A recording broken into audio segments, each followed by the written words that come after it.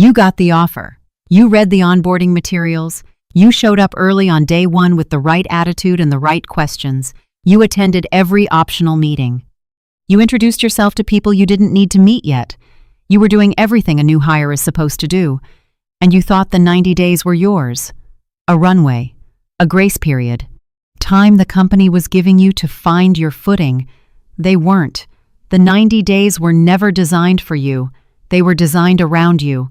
My name is Zara. And today we are going to talk about the 90 days trap. Picture someone. New role. Title bump. Significant salary increase. The kind of offer that makes the decision feel obvious in retrospect. Day one, they arrive 12 minutes early. Their manager walks them through what gets called an integration timeline, 90 days to orient, 90 days to understand the culture, 90 days before they start making real contributions. The manager says it warmly, like a gift being handed across a desk. The person nods and writes everything down. What they don't see is what happens after they leave the room. Their manager opens a file, a tracker, with columns the new hire will never see. A 30-day read, a 60-day read, a 90-day decision, and a final column labeled simply, Outcome. Their name goes into row 3. 2 words get typed under the 30-day column before the file is closed. The person spends that evening reviewing the org chart. 6 months later, they are quietly removed from every meaningful project. Their title stays the same, their scope does not. They leave eventually not fired, just slowly made irrelevant, and never fully understand why. Their first question is, what did I do wrong? That is still the wrong question. The evaluation was never about what they did, it was about what the company was deciding and when. There are 4 structural features of the 90-day window that most new hires never see. Each one is built into the system deliberately. None of them are explained in the onboarding packet. Mechanism number 1. The low-cost exit window. The 90-day period exists in nearly identical form across most major organizations, not because 3 months is the natural time to learn a new role, but because 3 months is the optimal window to evaluate someone before the costs of keeping them begin to compound. Benefits have not fully vested. Equity, if offered, has not triggered. Severance clauses buried in the documents most new hires skim rather than study typically specify that terminations within the first 90 days require no payout beyond accrued salary. The company has not given the new hire 90 days to settle in. The company has given itself 90 days to decide at the lowest possible cost. The grace period and the evaluation period are the same period. The company always knew that. The new hire rarely does. Mechanism number 2, the invisible scoreboard.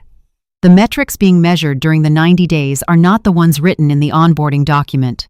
Those visible metrics training modules, attendance, early deliverables exist. They are tracked.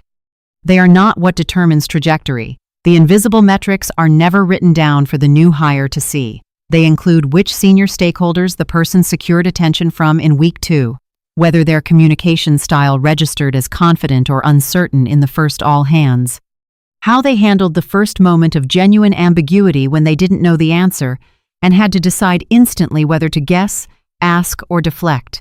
That single moment was a data point. So was the email they sent at the end of week 1. So was the question they asked or didn't ask in the meeting nobody thought was important? Every interaction during the 90 days is being added to a picture that, once clear, almost never gets reopened. Mechanism number 3, the performance compression effect. Experienced managers know something new hires don't. The version of someone they see in month 1 is not a representative sample. It is a performance, not a dishonest one, a structural one. New hires operate above their sustainable pace. They display more initiative than they'll maintain long-term.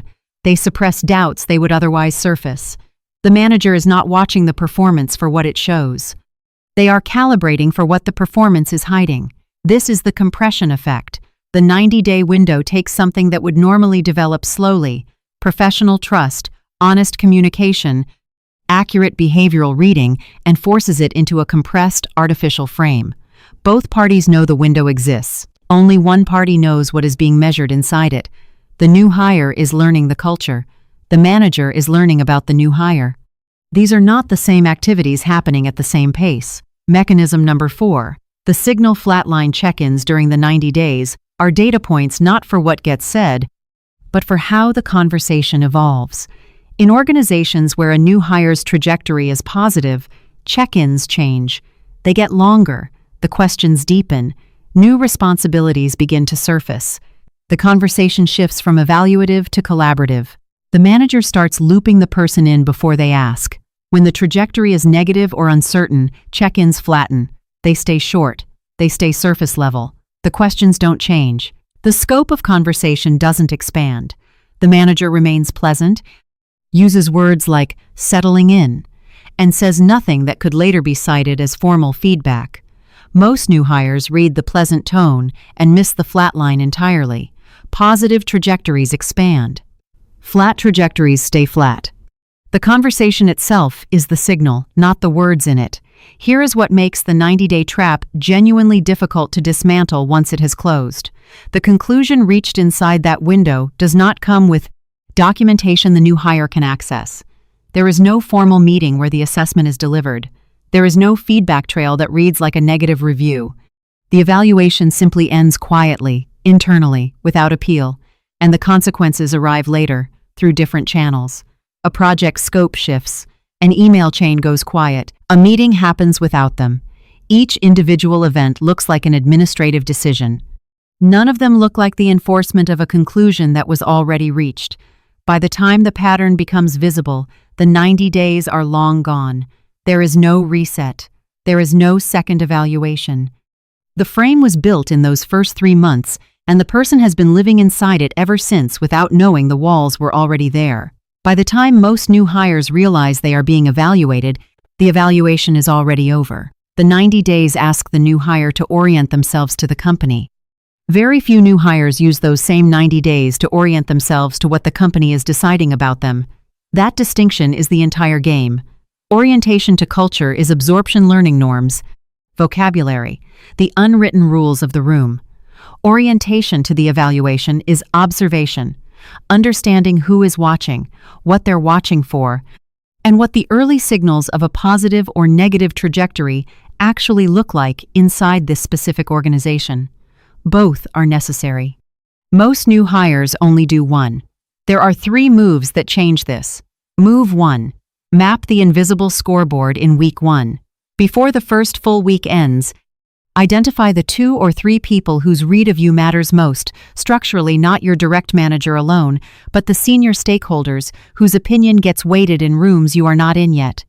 Then engineer early, specific contact, not generic introductions.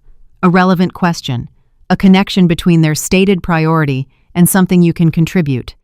Make the interaction substantive enough that it creates a data point in your favor before the passive assessment has fully formed. Move 2. Diagnose the check-in pattern by day 45. By the midpoint of the 90 days, evaluate how your check-ins are evolving. Are the conversations getting longer or staying flat? Are new topics appearing or is the scope staying the same? If the check-ins are not deepening, that is information and there is still time to change the variable. Request a more specific conversation. Ask directly what a strong 90-day outcome looks like to them.